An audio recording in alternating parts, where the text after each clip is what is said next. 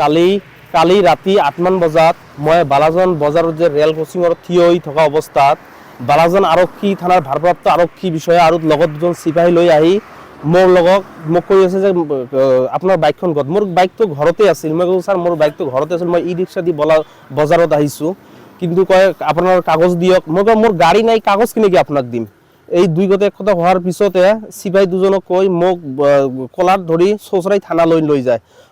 থানালৈ লৈ যোৱাৰ পিছত মোক এৰি দুটা হোচা মাৰে। বালাজন আৰক্ষী ভাৰপ্ৰাপ্ত আৰক্ষী বিষয়াজনে দুটা মোক হোচা মাৰে। হোচা মাৰাৰ পিছত চিপাহীক মাতি যিজনক ধৰি মোক মানসিকভাৱে টৰ্চাৰ কৰে আৰু লগত কৈছে যে এই কথা যদি কোনোবাই জানে মোক বন্দুক দি বন্দুক আনি মোৰ মূৰত লগাই দি কয় যে এতিয়াই কিন্তু তোক এনকাউণ্টাৰ কৰি দিম। আৰু জোৰ জবস্তি মোৰ মোবাইল দুইজন চিপাহী আৰু ভাৰপ্ৰাপ্ত আৰক্ষীজনে মোক জোৰ জবস্তি ধৰি মোবাইলটো কাঢ়ি লয় আৰু পিছত মোক বহুতো ৰেগিং অৱস্থাত কৰাইছে। 3 ঘণ্টামান থানাত বহাই ৰাখি যেতিয়া মোৰ ঘৰৰ পৰিয়ালৰ লোক আহিছিল তেতিয়া মোক মেডিকেল কৰি থানাৰ পৰা এৰি দিয়ে। গতিকে মই ধুবুৰী আৰক্ষী অধীক্ষক মই অনুৰোধ কৰিছোঁ যাতে মোক বিহিত তদন্ত কৰি বিহিত ব্যৱস্থা ন্যায় প্ৰদান কৰে। আৰু মোক এতিয়া ভগি আছোঁ, মানে মোক আৰু ধমকি দিছে যদি আপোনাৰ যদি দেখা পাওঁ যে থানাৰ ওচৰে পাছৰে তেতিয়া কিন্তু আপোনাক তুলি লৈ ডকাইতি কেছত ফৰৱাৰ্ড কৰিম।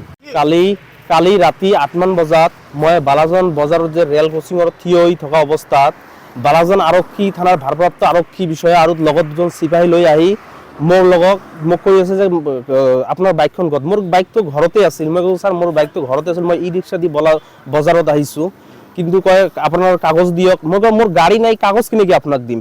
এই দুই গতে কথা হোৱাৰ পিছতে চিপাহী দুজনক কৈ মোক কলাত ধৰি চৌচৰাই থানালৈ লৈ যায়।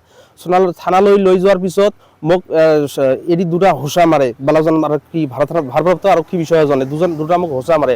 হোচা মাৰাৰ পিছত চিপাহীক মাতি যিজনক ধৰি মোক মানসিকভাৱে টৰ্চাৰ কৰে আৰু লগত কৈছে যে এই কথা যদি কোনোবাই জানে মোক বন্দুক আনি মোৰ মূৰত লগাই দি কয় যে এতিয়াই কিন্তু তোক এনকাউণ্টাৰ কৰি দিম।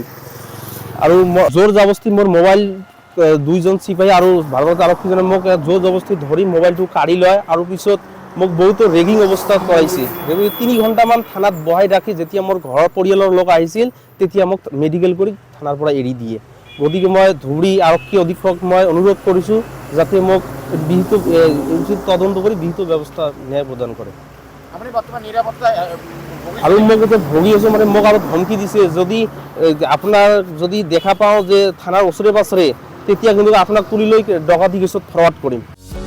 যিকোনো খবৰৰ বাবে যোগাযোগ কৰক আমাৰ এই নম্বৰত 9181 307 221।